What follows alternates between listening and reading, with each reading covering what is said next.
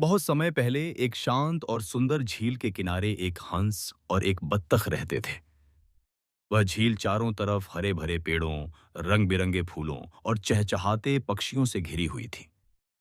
वहां का वातावरण इतना सुंदर था कि हर कोई उस झील को स्वर्ग कहता था। हंस का नाम था राजहंस।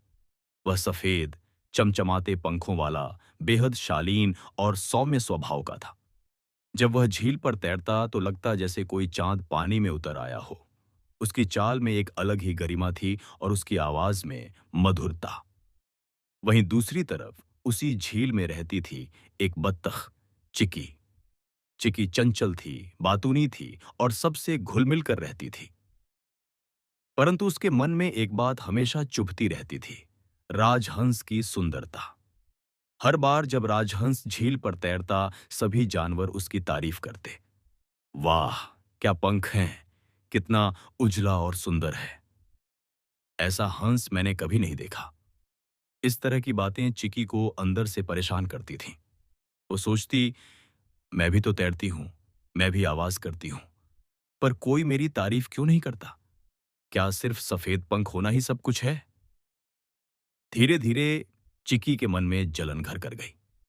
एक दिन झील के किनारे सब जानवर जमा हुए थे। वजह थी झील महोत्सव। हर साल की तरह इस साल भी झील के सभी पक्षी और जानवर एक समारोह में भाग ले रहे थे, जहां गाने, नृत्य और कहानियों का आयोजन होता। जब राजहंस मंच पर आया और उसने कुछ पंक्तियां गाईं, तो सभी तालियां बजाने लगे। उसकी मधुर आवाज, उसकी शालीनता और उसकी सुंदरता ने सभी का दिल जीत लिया। उस शाम को चिकी अपने घोंसले में अकेली बैठी रही। उसकी आंखों में आंसू थे। क्या मैं कभी राजहंस जैसी नहीं बन सकती?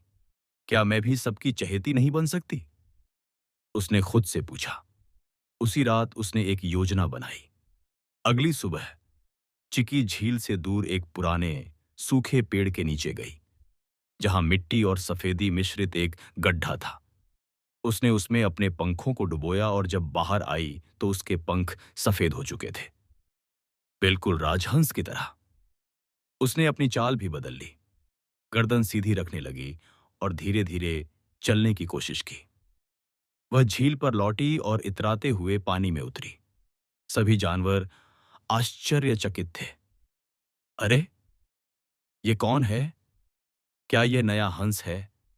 कितनी सुंदर है! चिकी मन ही मन मुस्कुरा रही थी।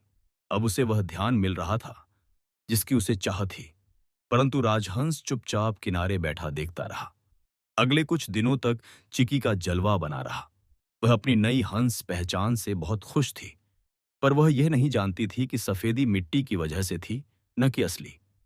एक दिन बारिश आई। तेज बारिश में झील भर गई और सब जानवर पेड़ों के नीचे छिप गए। चिकी भी एक पेड़ के नीचे जा छिपी, पर बारिश की बूंदें उस पर गिरती रहीं। धीरे धीरे उसका सफेद रंग धुलने लगा। थोड़ी देर बाद जब वह झील में तैरने निकली, सबकी नजरें उस पर थीं। अरे, ये तो बत्तख है। हमें तो लगा ये हंस है। इसने हमें धोखा दिया। चिकी शर्म से पानी में डूबना चाहती थी। वह चुपचाप किनारे आकर छिप गई।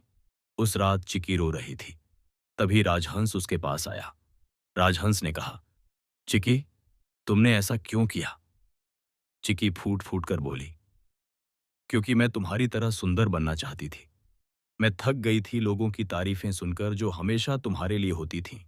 मुझे भी बस एक बार वो प्यार चाहिए था। राजहंस ने मुस्कुराते हुए कहा, सच्ची सुंदरता वह नहीं जो बाहर दिखे, बल्कि वह होती है जो भीतर हो।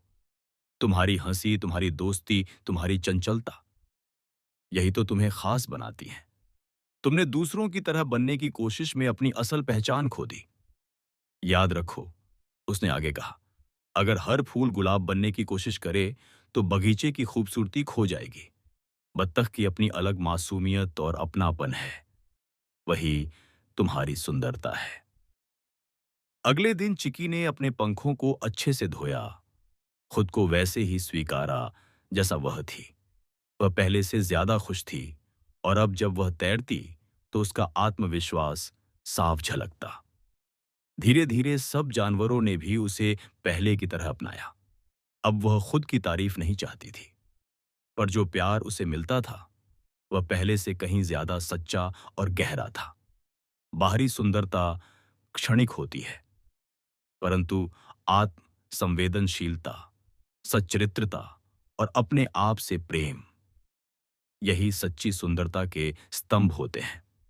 दूसरों से ईर्ष्या करने की बजाय अपनी विशेषताओं को पहचानिए और उन्हें संवारिए।